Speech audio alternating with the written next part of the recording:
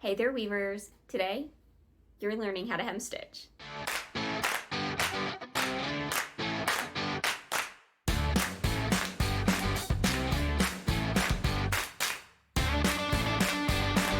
So hem stitch is a finishing technique that you're usually going to do at the beginning and the end of your weaving. And you usually want to try and do it while it's still under tension. And while you can do this while it's no longer under tension, it's going to make your life so much harder. Now, doing that does require a little bit of thought beforehand, so you know how you're going to finish your weaving before you even start your weaving. And that might sound kind of weird, but it's actually really important for your weaving practice to know what to expect and know how to set up your loom and your weaving for what's coming. I like to write things out in my sketchbook to kind of get ideas as to what to do or how I want to finish things. But as far as hem stitch goes, it's a really good option if you don't want fringe, or if you do want fringe but you don't want the little knots at the end of your weaving. It's also really good for between weavings. So if you're doing more than one weaving on the same warp, I usually like to do some hem stitch to keep things in place before we do the little buffer. Now, I also have an entire blog post on weaving multiple weavings with the same warp, and you can check that and the hem stitch blog post out. There'll be links in the description below. Now, for hem stitch, you really don't need that much stuff. You're going to need your weaving, of course. You're also going to need a tapestry needle. A nice large eye needle with a blunt end is what I like to use. And then you're going to need some yarn. Now, if you think about it beforehand, then you can leave some extra yarn before you actually start your weaving. But if you don't, then that's totally fine. You can always add some more yarn in. So I'm just taking this purple yarn and I'm going to measure out 1, 2, 3, 4 lengths of that. And that's how much I'm going to start with. That should be more than enough. You definitely want extra because you're going to be using more yarn than if you were just going straight across. It's actually probably too much, but I'd rather have too much than not enough. Now, if you don't have enough, you can add more in, and it's really not that hard, but if we can avoid it, why not? So the other thing you're going to need is also a pair of scissors or yarn snips. And we're just going to go ahead and give that a little cut and set that yarn aside. Now, the yarn that I'm using for this weaving and for my hem stitch is the Mallow yarn by Gist. It's a really nice slub yarn, and slub yarn, I'm going to digress for just a second. Slub yarn is just a yarn that is not totally consistent all the way across. So let's see, let's find a really good spot. You can see right about here, it's a little bit thicker than it is right here. And that just adds some nice texture to your weaving. So even just something as simple as plain weave gets a little something extra. So the first thing you're going to want to do is to thread your needle. So just come through like that. Leave a tail. I'm going to do approximately 6 inches. That number's not super important. I wouldn't keep it super short because it's going to keep coming out, and I also wouldn't have it be too long because then it's just going to get in the way. 6 inches seems to be about a Goldilocks sweet spot that I tend to do for all of my tails throughout my weaving. Now I'm going to come in and we're going to be working in this area between our very first weft and our very last part of our header in this little space right here. So we definitely need some of our weaving already woven to do our hem stitch because we have to have something to connect in order to keep things all together. So since I am working with a yarn that is not connected to my weaving, it is just free, first thing I'm going to do is go ahead and weave in a little bit from the opposite direction that I'm going to do my hem stitch. So my hem stitch is going to come from right to left. That's a personal preference. You could do it from left to right. It doesn't really matter. But I'm going to do it right to left, which means I'm going to anchor my hem stitch yarn from left to right. And I'm just going to do that by weaving manually a couple of warps. Bring this through. This can hang out on the front, it can hang out on the back, it doesn't really matter. I can push it to the back later if I want. I'll keep it on the front right now just because, again, it doesn't really matter. All right, and then so what I'm gonna do now is I'm going to go behind my weaving and I'm going to come up 4 warps. I'm gonna go between that tail here, push that down. Okay, 4 warps from the back. And I'm gonna come around and basically do a loop around that. Come around to the back again, and then go up 4 wefts. Come out just like that. That gives me a little diagonal piece right here. And then this will now come down, and it will go in that same spot that we started in. So over 4 wefts, just like that. And then I'm gonna go under 4. So that now creates a vertical piece right here. Go over those same 4 by coming around and going behind. And then I'm gonna go up 4 again from the same spot. Oop, came out, that's fine. So we have a nice little loop around here. Come up here. Put this back on my needle. Come down vertically, over 4, just like that. So we just keep doing this the whole time. Around, up 4.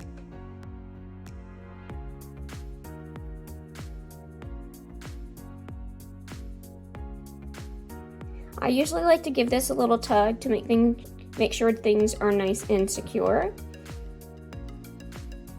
Come back down, same spot.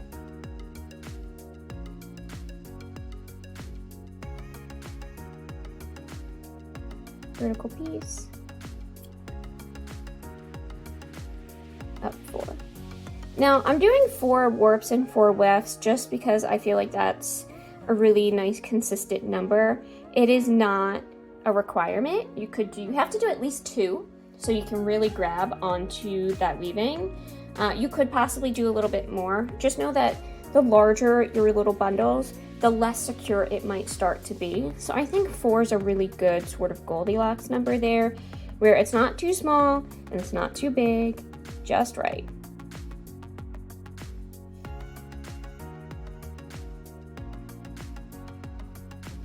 And there's different ways that you can do hemstitch.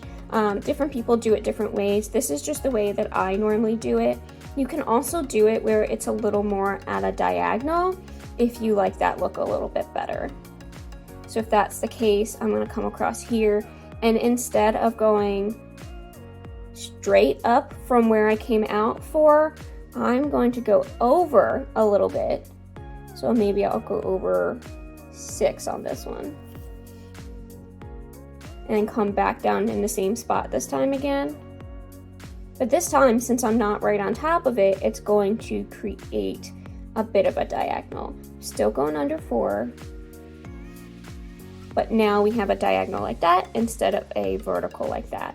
And it doesn't matter. That's purely decorative. So whatever you like best is totally fine. I'm also noticing I did 3 there instead of 4. So let's just go ahead and undo that. So I'm just gonna basically go backwards.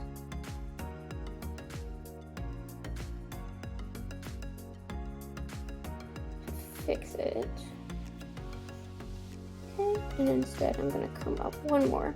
So again, I'm over 2, up 4.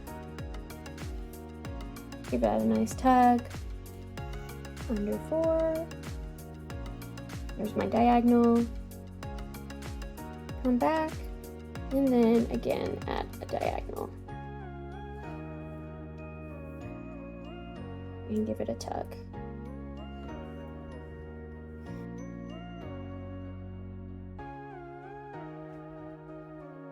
So your hemstitch could be completely functional or decorative. And really it's just kind of up to you as to which one you like better. So if you're going for something that's just functional, I would probably try and make it so it would blend in a little bit more with your weaving. So in this case, if I was going for purely functional, I probably would have gone with this sort of minty color. Now I did purple, so it'd be a little bit easier for you to see. and it makes it just a little bit more decorative. Now also, if I was going decorative, I probably wouldn't have switched up from straight to diagonal, but since this is a tutorial, you know, we gotta switch it up a little bit. Now, if you were going decorative, you could do something fun. Like if you had a very neutral weaving, you could come in with a very bright hemstitch yarn, and that could make a really fun pop of color at the top and the bottom of your weaving. Or you can do something like varying the height of your hemstitch as well. So let's see what that looks like. So we're gonna go back to straight up and down, but I'm gonna vary my hemstitch this time. So coming up, so if I'm going vertical, I'm gonna come up in the same area that I was before, giving that a little tug.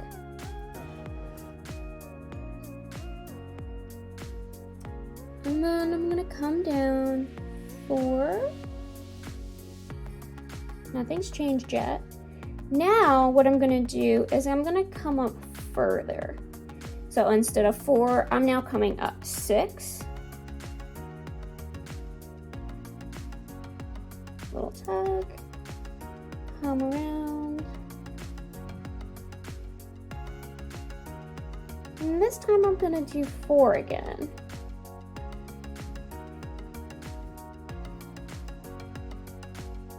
This time I'm gonna do 6.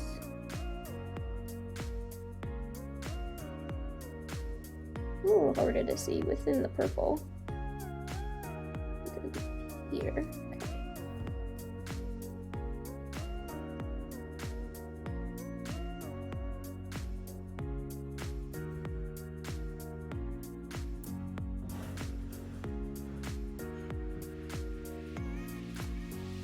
And 4.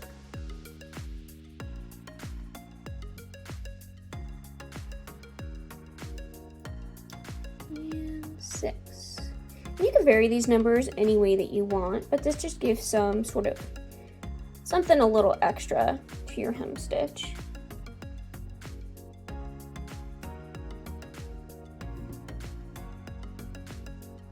Very subtle, but when we come out a little bit, you'll see it a little bit better.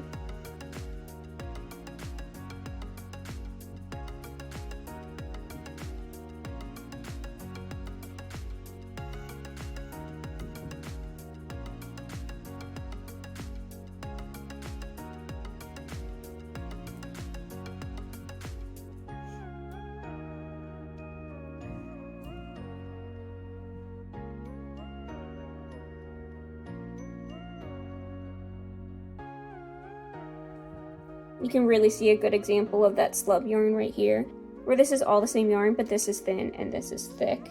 Again, it just kind of makes for a fun little bit of texture within the weaving.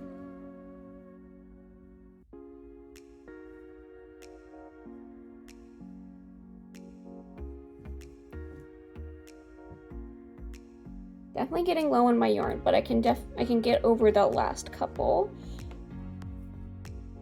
So depending on how much you want to vary what you're doing too, you might want to add a little bit of extra yarn. If you're going to be adding a lot of variation, like going up 6, 8 or so wefts, maybe add an extra length in over the 4. Maybe go a total of 5 just to make sure you have enough to get all the way across.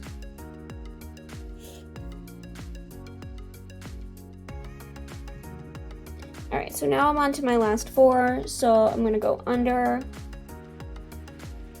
come around, go under those same 4 again. I don't have anything to come up through, but I'm just going to make sure, well, first I don't get caught on this header. There we go. Nice and tight, perfect. Then what I'm going to do is I'm going to come around one more time, and then I'm going to come up through that last one right there. And then weave down.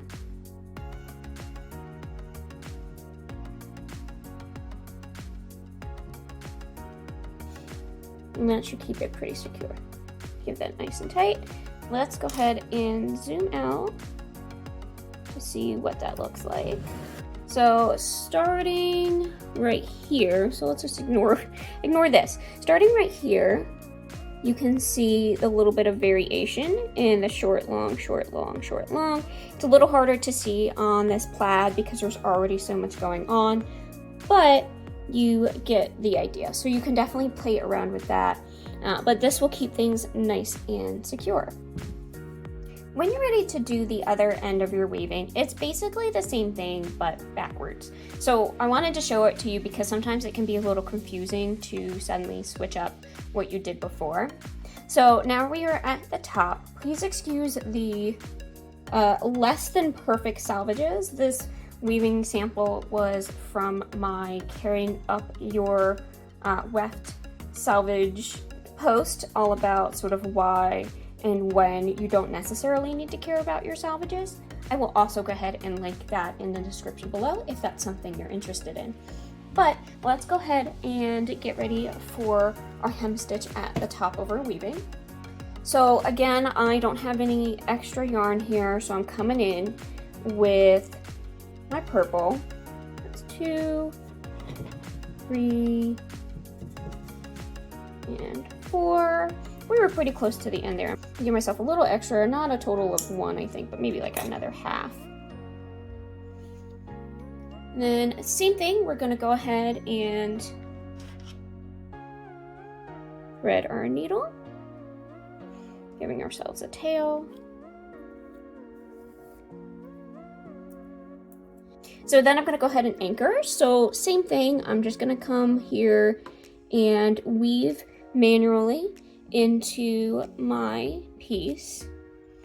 I'm gonna let that hang out the front, that's totally fine. And then we're gonna come around and we're gonna go under 4, under 4 again, but then we're gonna come down 4 as well.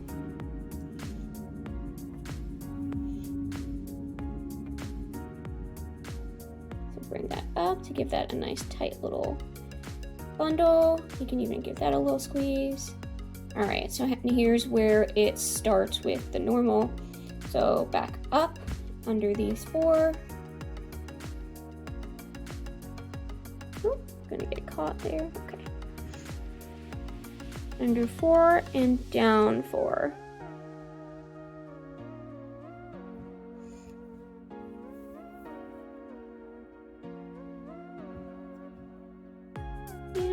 Nice and tight. I'm gonna go ahead and push that tail to the back because it's getting in our way here. Under 4, around, and down 4.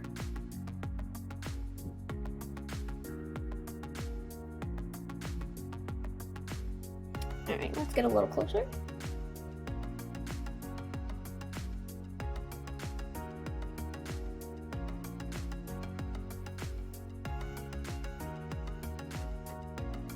Move the dog hair out of the way. There we go. Happens a lot in this video when you have a doggy helper. Down 4.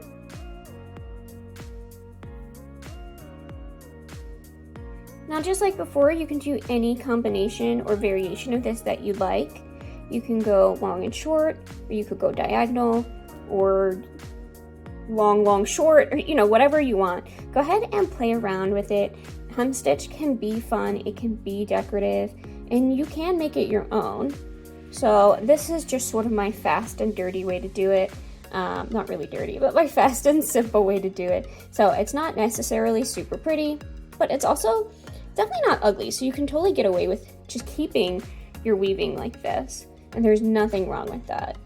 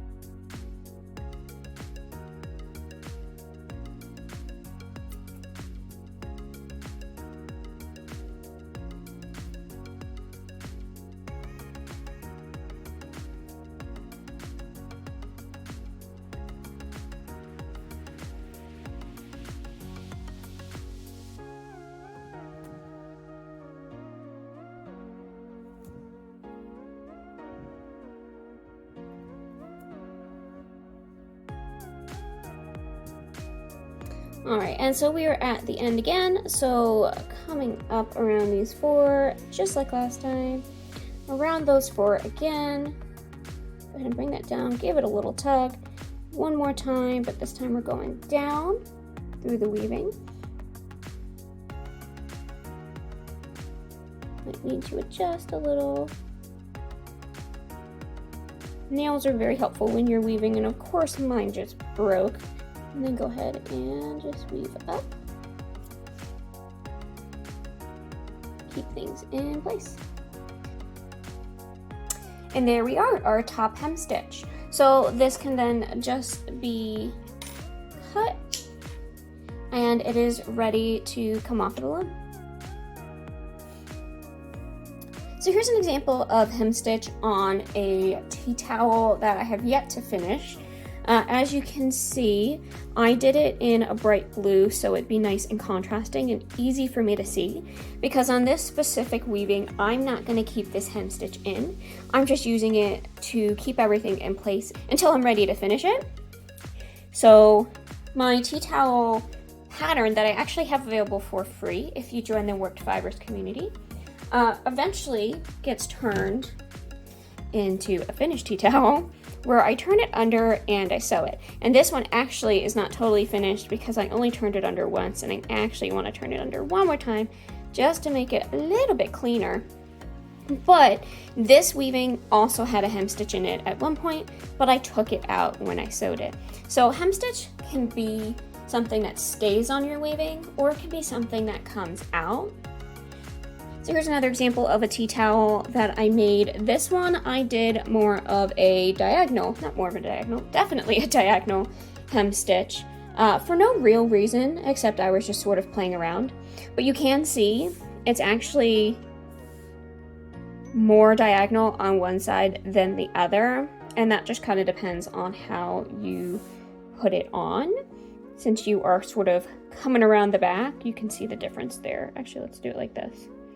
More easily see the difference where this is straight and this is diagonal. And it actually is like that on this one too, straight and diagonal.